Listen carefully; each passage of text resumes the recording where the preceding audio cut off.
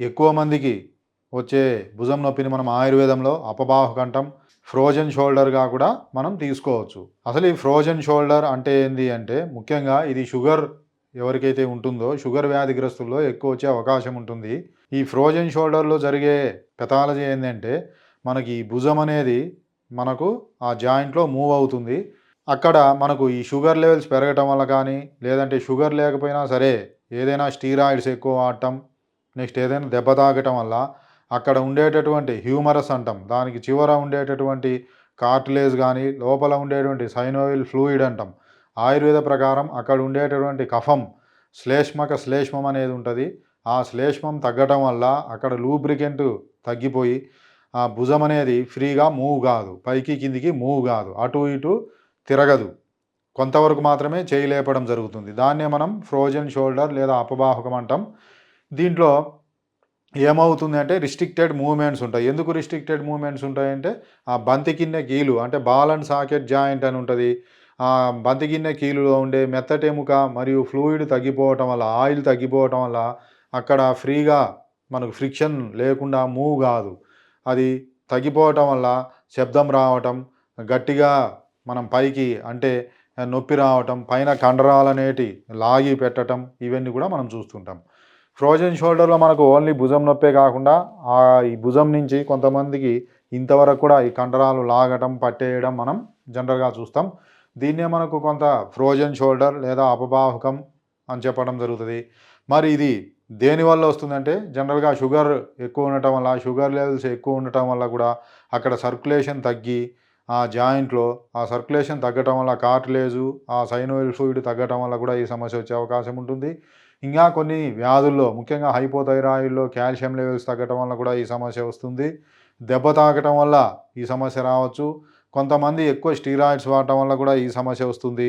మరి కొంతమంది ఎక్కువ రుమటాయిడ్ ఆర్థరైటిస్ గానీ, గౌటీ ఆర్థరైటిస్ అది కూడా ఎక్కువ కాలం నుంచి ఉండటం వల్ల కూడా ఈ సమస్య వచ్చేటువంటి అవకాశం ఉంటుంది. మందులు మరియు పంచకర్మ చికిత్సా పద్ధతుల ద్వారా తగ్గే అవకాశం ఉంటుంది. ముఖ్యంగా దీనికి పంచకర్మలలో ముఖ్యంగా ఇక్కడ కొన్ని రకాల పౌడర్స్‌తో కాపడం పెడతారు. దాన్నే పొడికిడి అంటాం.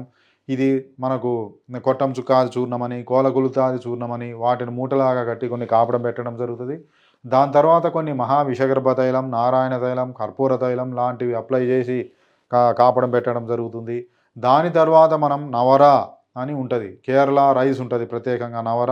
వాటిని పాలల్లో ఉడికించి కాపడం పెట్టడం జరుగుతుంది. ఇంకా మనకు నస్యకర్మ అని ఒక నాజల్ డ్రాప్స్ మొత్తం బాడీ మసాజ్ చేసిన తర్వాత కొన్ని రకాల డ్రాప్స్ లోపలికి ఇవ్వటం ద్వారా మనకు ఈ రిస్ట్రిక్టెడ్ మూవ్‌మెంట్స్ తగ్గి, ఈ మూవ్‌మెంట్స్ అన్నీ ఫ్రీ అయ్యి, ఆ నొప్పి తగ్గుతుంది. అదేవిధంగా పైన ఉండేటువంటి కండరాల లాగటం ఇవన్నీ కూడా తగ్గుతాయి. మనం ముఖ్యంగా ఈ పంచకర్మ పద్ధతుల ద్వారా మనకు ఫాస్ట్‌గా అంటే వితిన్ 7 డేస్‌లోనే మాకు 20-30% ప్రాబ్లమ్ తగ్గడానికి ఎక్కువ ఆస్కారం ఉంటుంది. ఈ పంచకర్మ అనేది మొత్తం 21 రోజులు ఉంటుంది. ఇంకా మనం ఎక్కువ రోజులు కూడా అవసరాన్ని బట్టి చేయవచ్చు.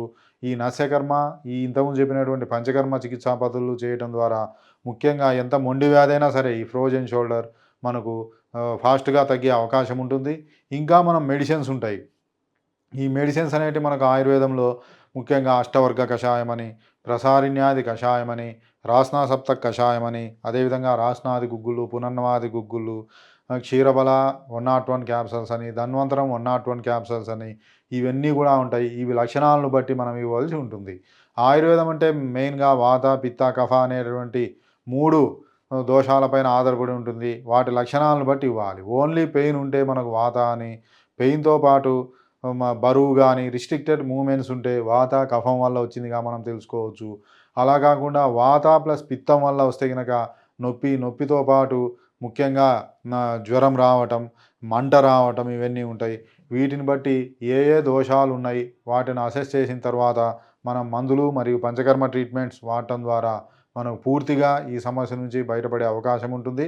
ముఖ్యంగా మనం ఎడినైన్ ఆయుర్వేద హాస్పిటల్‌లో కూడా ముఖ్యంగా ఈ ఫ్రోజన్ షోల్డర్ గానీ, సయాటికా వీటన్నిటికి కూడా మంచి ట్రీట్మెంట్ ఉంటుంది. ఈ పంచకర్మ చికిత్సా పద్ధతులన్నీ కూడా మన దగ్గర అందుబాటులో ఉన్నాయి. ఇంకా మన దగ్గర అంటేనే మెడిసిన్, ఎక్సర్సైజ్, డైట్, ఇమ్యూనిటీ ఈ 4 మనం పేషెంట్‌కి ప్రొవైడ్ చేయటం ద్వారా పూర్తిగా మనకు వ్యాధి అనేది తగ్గుతుంది. వీటిలో ఏదో ఒకటి ద్వారా మనం సంపూర్ణమైనటువంటి చికిత్స అని అనబడదు. ఎందుకంటే ఓన్లీ మెడిసిన్ ఇవ్వటం ద్వారా పూర్తిగా తగ్గదు. అదేవిధంగా ఓన్లీ ఎక్సర్సైజ్ వల్ల పూర్తిగా తగ్గదు, డైట్ వల్ల పూర్తిగా తగ్గదు. అన్నీ కలిస్తేనే మనకు పూర్తిగా తగ్గుతుంది. దీన్ని మనం దృష్టిలో ఉంచుకొని పేషెంట్స్‌కు అన్ని విధాలా మనం ప్రొవైడ్ చేయటం ద్వారా పూర్తిగా సంపూర్ణ ఆరోగ్యం అనేది లభిస్తుంది. ఇంకా 9 అంటే 9 రకాల చికిత్సా విధానాలు, 9 ఇంటిగ్రేటెడ్ సిస్టమ్స్ ఇవి.